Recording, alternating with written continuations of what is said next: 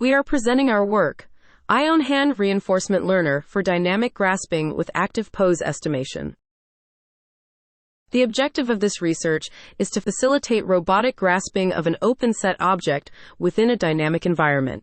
Here, the object is characterized by its ability to move freely in a 6 degree of freedom space and may be subjected to partial occlusion, such as by a human hand. The robotic system is tasked with continuously tracking the target object as it approaches. If the object exhibits rapid movement, the robot is designed to adapt by either maintaining a hovering position or retreating, thereby ensuring that the object remains within the field of view of the onboard camera. Extensive prior research exists on the subject of dynamic grasping, wherein either the environment or the object itself undergoes state changes. Many studies rely on external cameras for perception and are restricted to 4 degree of freedom grasping. Additionally, the object and environment are often assumed to be subject to minor alterations. There is also a line of works focused on predictive algorithms to anticipate object movement for more effective grasping. Our research aims to devoid of such assumptions to a more complete system. We've developed a framework that combines active tracking and reinforcement learning for 6DOF dynamic grasping of unknown objects. Extensively tested in both simulated and real-world settings, our framework is compatible with various eye-on-hand systems. The first component of our methodology focuses on pose tracking. Utilizing RGBD images, the system is designed to ascertain the pose of the target object throughout the entire operation. We start with bundle track method, but we make several augmentations on top of that to enable visual feedback as pose estimates for the dynamic grasping task. We employ a 2D object tracking algorithm to persistently track the object within a 2D image frame. Subsequently, a mask refinement technique is applied to enhance tracking accuracy and extract the mask from the bounding box. Feature extraction is then conducted on the RGB image in conjunction with depth information. These features serve as inputs for a pose estimation algorithm, which continuously predicts the object's pose relative to the initial frame. The focus of our investigation is the grasp pose, which is intrinsically linked to the pose of the object in question.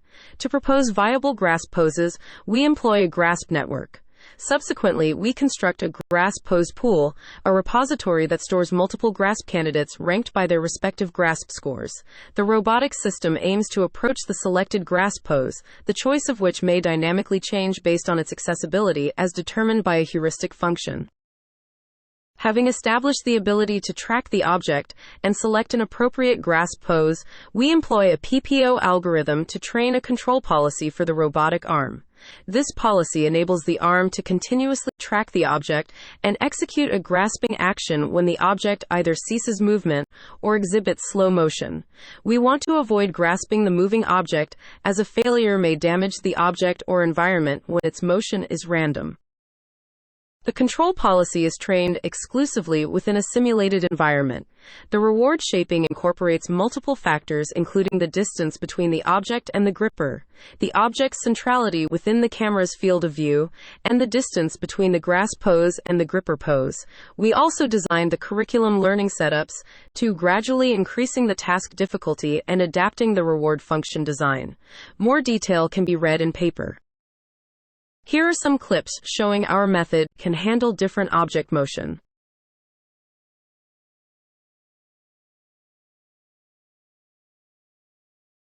Our method can work in a more complex setup, and this black wall also demonstrated why we need a camera on hand, as a static external camera may not see what is happening on the other side.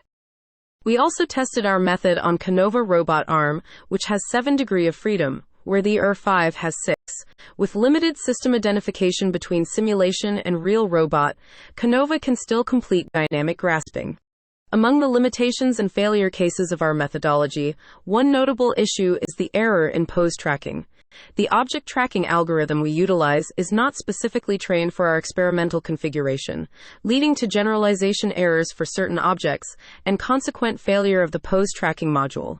Additionally, we observe policy-induced errors.